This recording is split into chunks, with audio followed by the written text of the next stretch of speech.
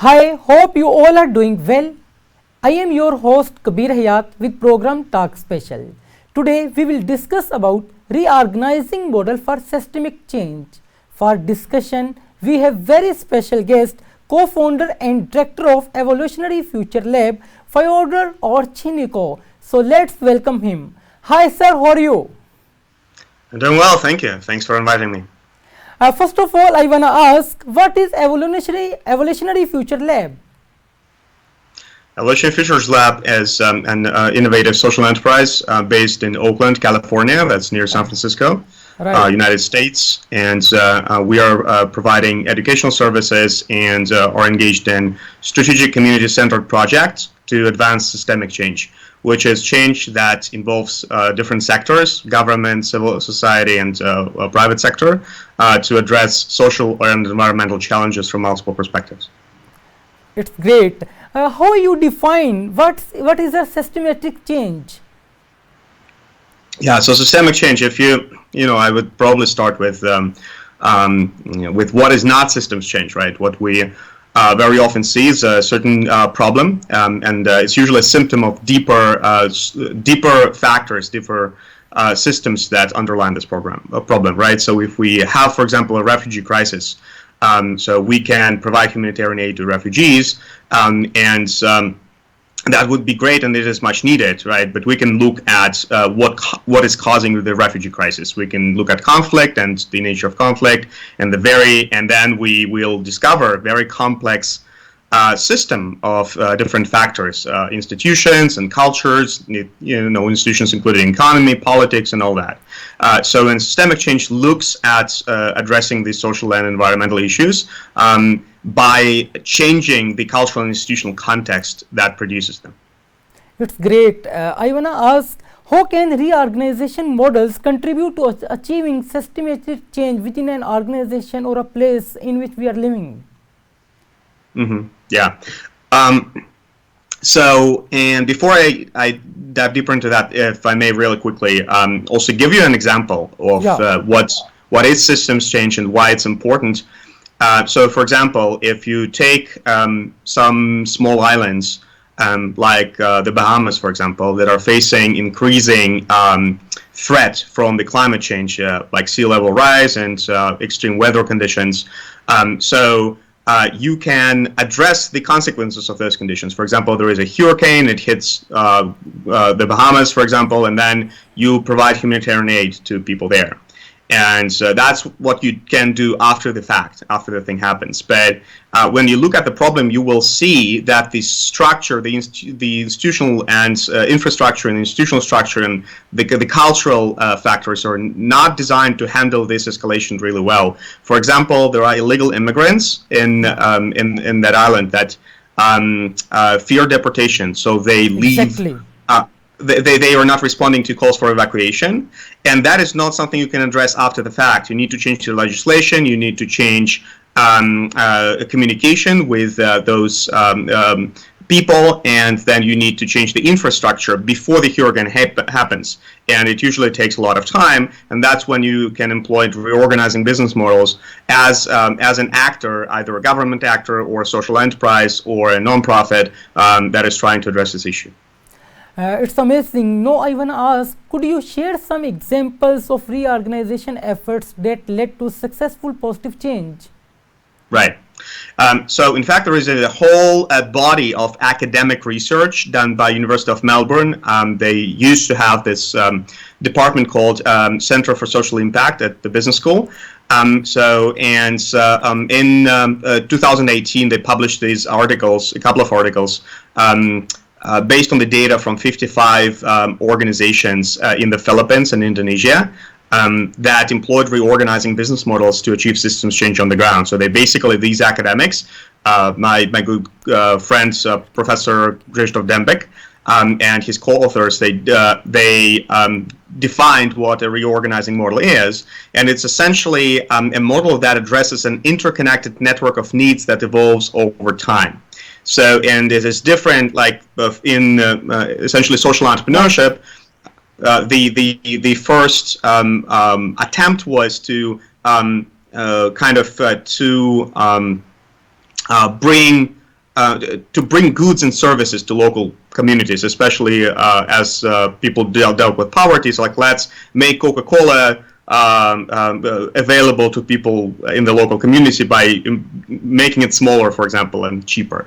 Yeah, you are discussing about poverty, and it's a common problem of underdeveloped countries.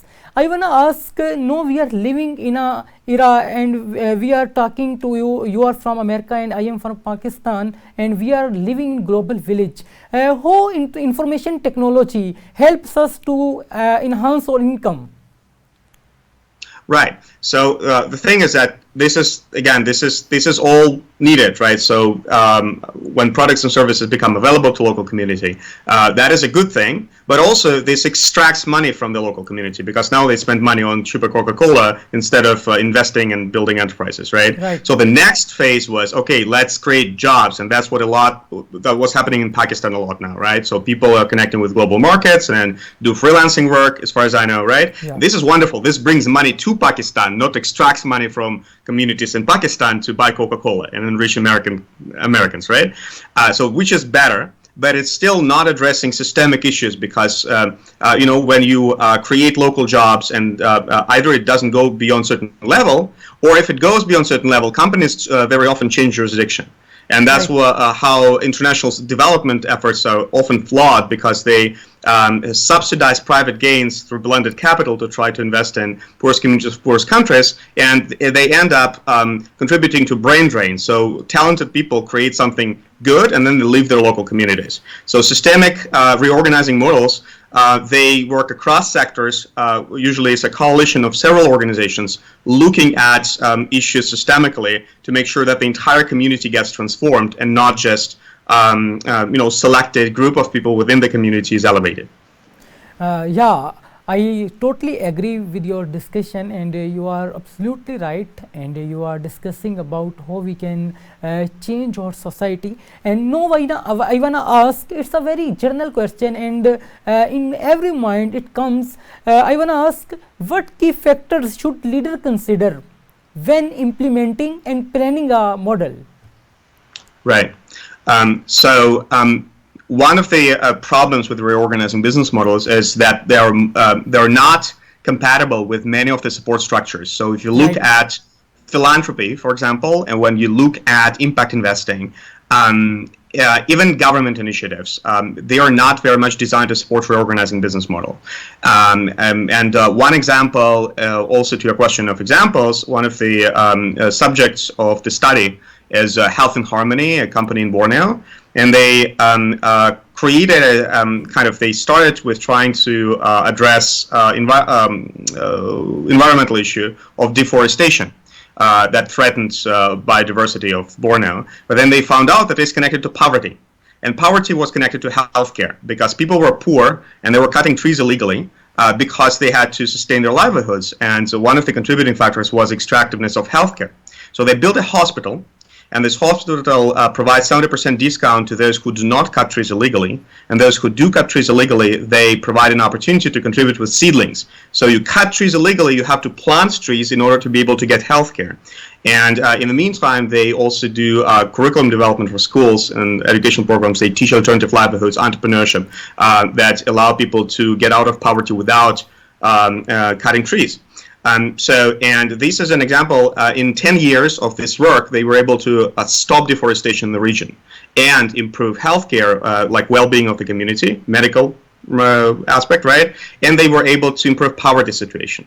And this is a very powerful model, but it takes a long time. You see, it's 10 years. It's not that it's a 1 or 2 year project. Also, it is not predictable, because there are so many factors and stakeholders. So usually when you want to secure funding, you want to tell the funders exactly what you will do. And reorganizing business models, they evolve organically with a lot of changes along the way. And these are factors that leaders need to consider.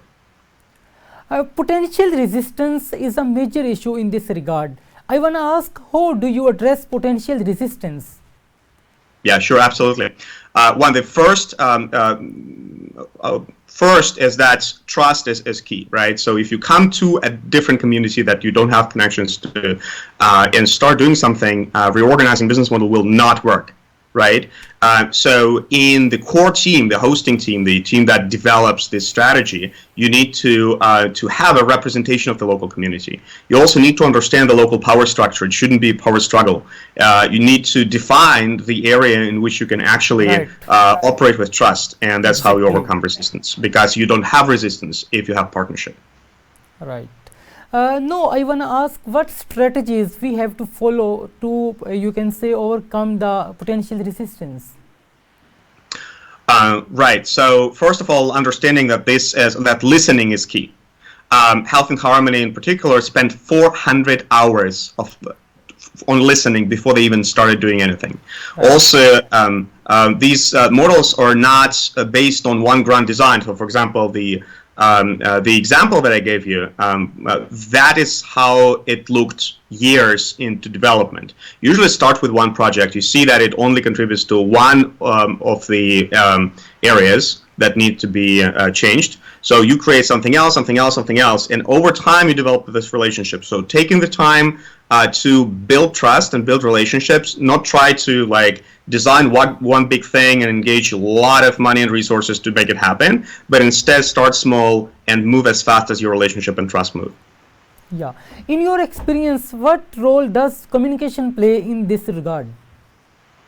Yeah, communication is key, obviously, right? But communication, not just talking, it is cultural intelligence as well. And it is trust, it is basic values alignment, right? So if you come to the local community trying to chase certain metrics and optimize for a certain number, then your communication is kind of strategic communication to pacify or overcome resistance. That's not the kind of communication that works in systems change.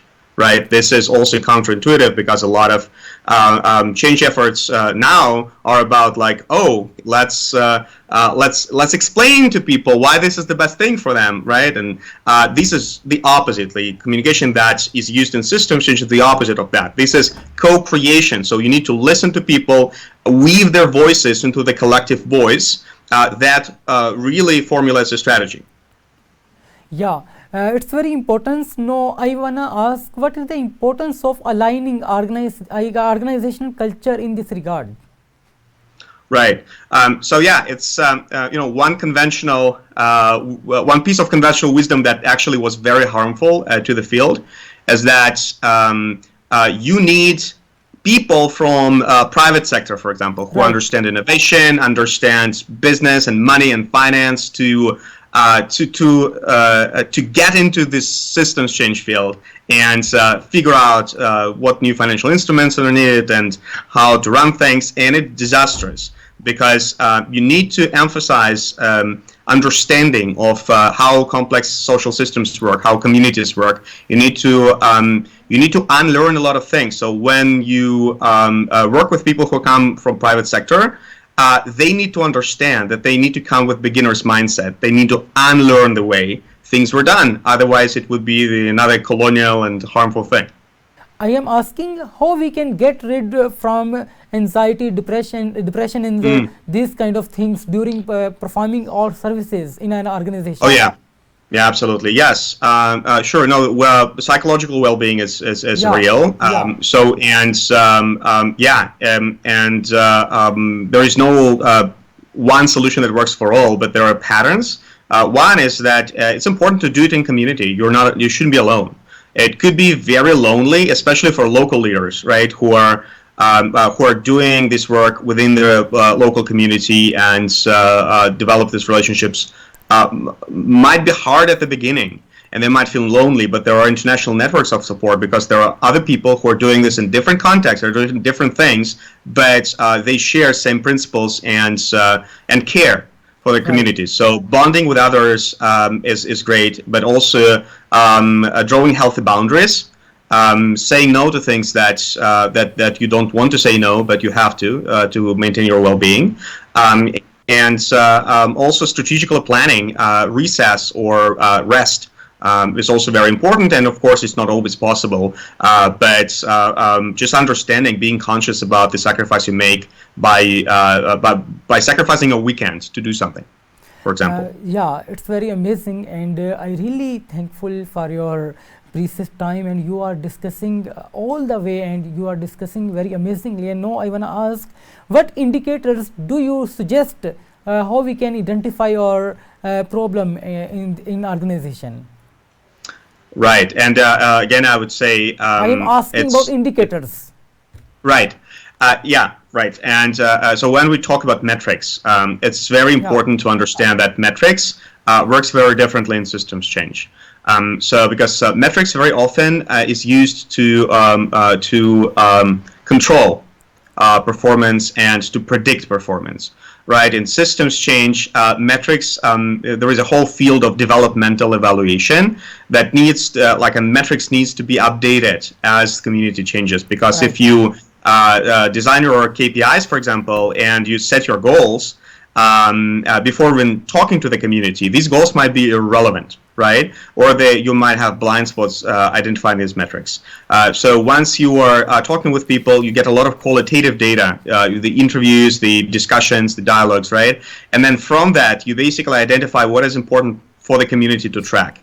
And then you frame quantitative indicators, and then you start tracking them, and you share it with the community, and you get feedback on them, and then you adjust them as things change, which is another problem actually with funders, because funders often want you to commit to some very specific quantitative goals that you need to deliver in like 5 years. And in 5 years, it could be absolutely irrelevant for the community, but you're still forced to optimize for these goals, and there is a conflict of interest here. So again, getting funding for systems change effort requires getting the right kind of funding that would not bind you by metrics that are irrelevant. Exactly. No, it's a time we have to go for break. Stay with us. Welcome back. Fyodor is with us, and we are discussing about reorganizing model for systematic change. Fyodor, are you listening? Yes, I'm here. Yeah, I want to ask now, how can you ensure diversity and inclusivity in your work? That's great, thank you. So first of all, this work doesn't start without an invitation. So it's not that you come somewhere and you decide to do systemic change work, right? So it's usually coming from someone within the community who's deeply concerned about what's happening and has been working usually with some allies from other parts of the system on this. And if there are some external experts or facilitators or funders that come to that community, the first rule is to actually make sure that the core team is local and connected to the community and can guide the support. So then also another thing is what we do with sensing activity. So in reorganizing business models, remember I mentioned 400 hours that Health and Harmony spent on listening. So this is the key phase when you actually try to make sense of the system, but not just collect data. Because one of the misconceptions about systems change and sensing in systems change is, we need to create a map of what's going on there, or the power dynamics, the different stakeholders. And some organizations, unfortunately, do that by conducting interviews and creating these maps and sharing these maps with a client. And then the client decides what to do with this. And from my perspective, this is contrary to what systems change, the nature of systems change work is. Because in this case, you are creating a symmetry of information. And in the work that we do, sensing is a transformational activity in itself, because we gather people together and we share all the information that we collect through these dialogues and conversations with them, so that a lot of things could happen without us at all. So people start talking with each other, and their perspectives change. They create collaborations that have nothing to do with those who host certain initiatives or conversations. And this creates a favorable context for genuine human relationships that are based on trust. And inclusion is about giving people this voice and giving them the agency also, not just the voice, but the agency to bring it forward. No, I want to ask, in underdeveloped countries, it's difficult for them to do like that. How they can start? Sure. And first of all, I wouldn't. Yeah, I mean, you can use the word underdeveloped, but then you can also.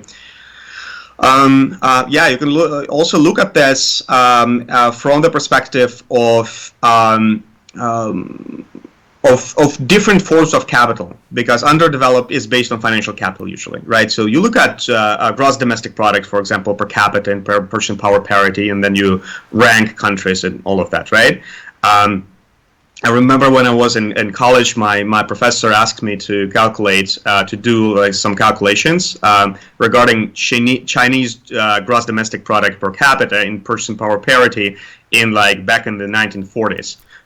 So, and I did that, it was like 0.3, like 30 cents per day. People cannot live on this in purchasing power parity. Like, and then he asked me, what do you think is happening? And then I figured it out. It's like things just were not in the statistics, because the systems of tracking the data were not developed. People were living on much more than 30 cents a day. It was just never part of the picture. So in this sense, I think that people in countries that are considered underdeveloped also have huge potential that can be utilized, right? It's not just financial capital, it's social capital, it's the communities that they have, it's the relationships that they have, it's the environment that they have, right, the natural resources. And in this case, they can start building reorganizing business models locally while also participating in an international network to get mentorship and support and potentially infusion of capital in a way that does not come with colonial strings attached, right? That is either unrestricted grants or some kind of investment that would give agency to the local community to deal with this, to allocate this capital to local initiatives rather than extract brains from the community, for example. No, I want to ask, what role does education play in this regard? Well, education is very important, and learning is important, as well as unlearning is important. Right. Right. So it's very important to be aware. Right. So to be aware of what's going on globally, to see the world, to connect with people. I know in Pakistan you have Rehan Al-Ahwala, my good friend who visited us many times in California, right, and he's doing amazing work. Connecting people in Pakistan from people around the world, and he, from my perspective, is modeling. Very good thing, giving that because agency. We are living in a global village, and we can learn a lot from each other. Exactly. Yes, and this is in what he also is doing is he's giving people an approach to make this connection. It's not indoctrination. It's not like one textbook that Rehan wrote that everybody has to swear on, right? It's building these multiple connections and letting people learn from each other. He's not imposing any worldview on people. He's provoking. He's showing opportunities, and I think this kind of education is really the future. Fayod, you are absolutely right, and I totally agree with your point of view. No, I want to ask, freelancing plays a very vital role to connect communities, to connect peoples, and I want to ask what you suggest, how we can start freelancing. Yeah, so one thing, yeah, of course, there are certain platforms like Fiverr, for example, or Upwork and all of that. And there are new. Just recently, I got connected with a colleague in Austin who is starting a new platform for specifically for specific countries. Starting in Africa, but then going to Pakistan hopefully as well. That has additional benefits.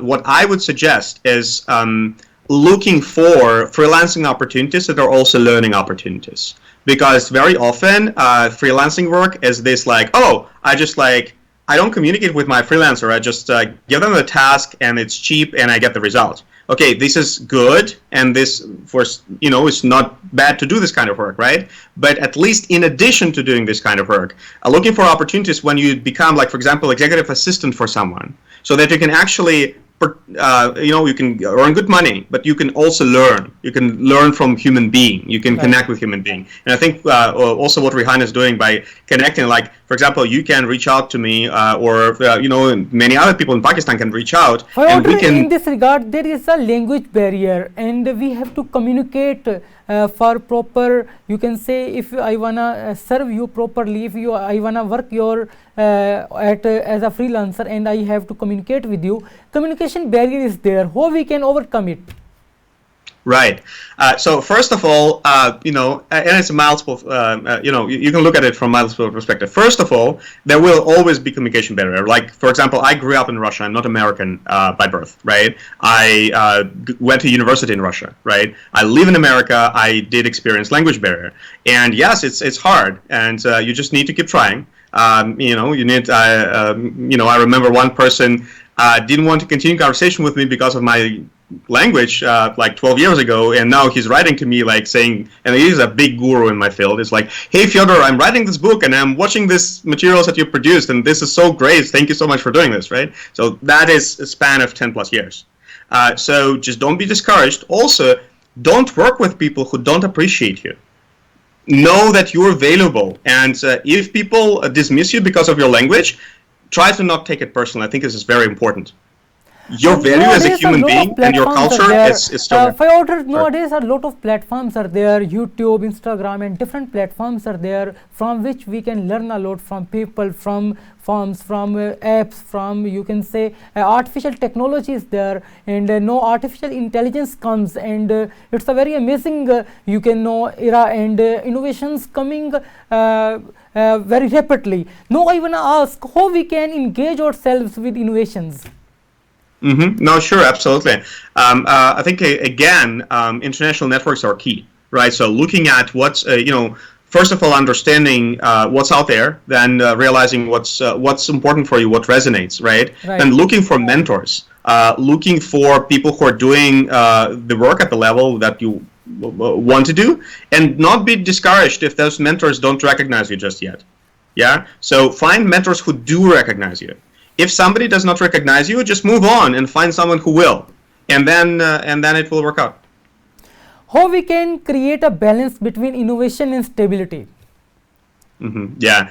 Well, so innovation and stability, this is a good question, right? So I think the best answer I know is to be in the right relationship. Yeah, because disruption and instability can be very creative and joyful moment if people like each other and trust each other. They don't feel threatened by each other, right? We can redesign everything. Like, if you and I stop believing in this wall in front of us, we cannot go through the wall. This is physical reality. This is physics. But if you and I stop believing in money, and all people on earth stop believing in money, there is no money. This is just an illusion. This is just what is in our head, right? So we can, as humans, redesign everything that is social, but at the same time, we need to trust each other for that. So if we feel threatened, if we don't trust each other, then change is uncomfortable. The change is threatening. So building trust, I think, is the key to work to strike this balance. Due to information technology, and due to mobile, due to YouTube, and due to, you can say, these kind of things, a lot of health problems are there. Everyone is affected from these problems, eyesight, and you can say a lot of mental problems are there, and discussions are very minute, and we cannot discuss with others, with family members, with community members, due to these kind of things. How we can get rid from these kind of things, and how we can improve our health?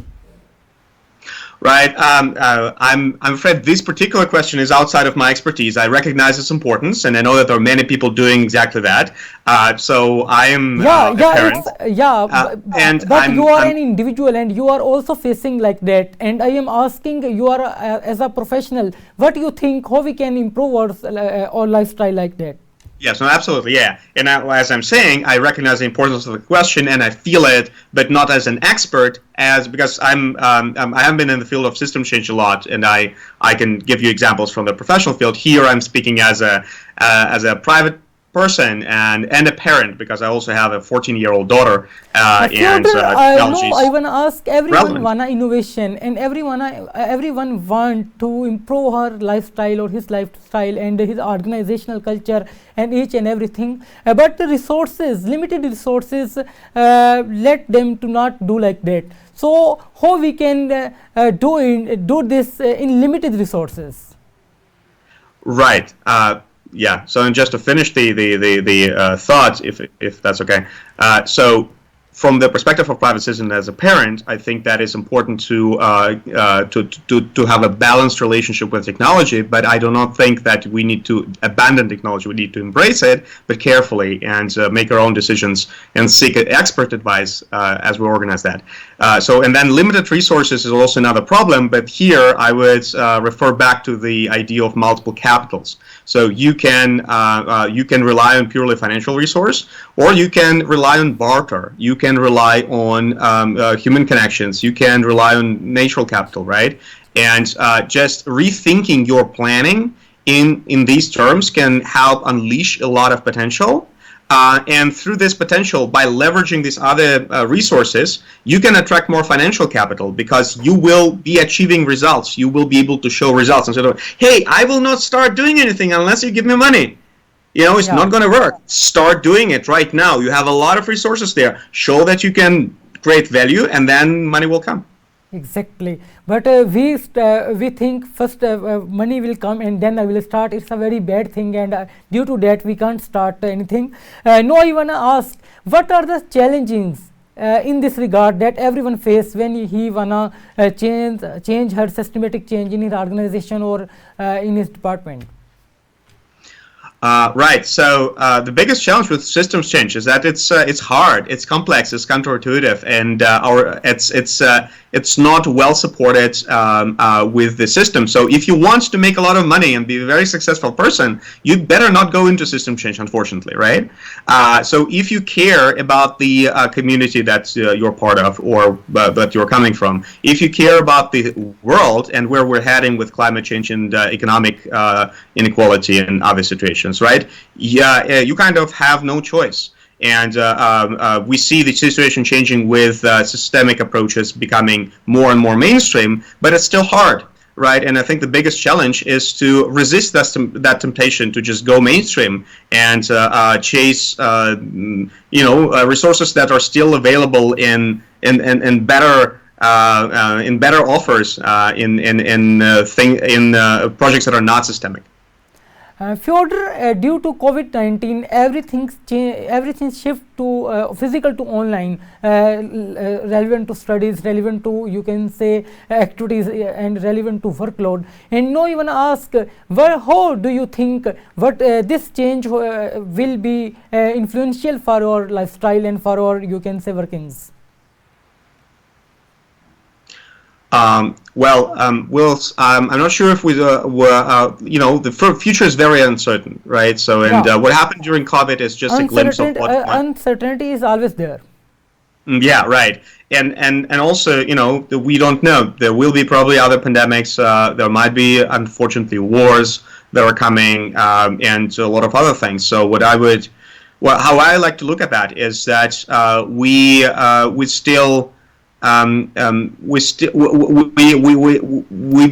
stay aware of this, we anticipate this, we learn from what happened, but also at the end of the day we develop relationships with people, right? Because we support each other as a community, so that we don't become isolated in our fight against some new thing that is coming.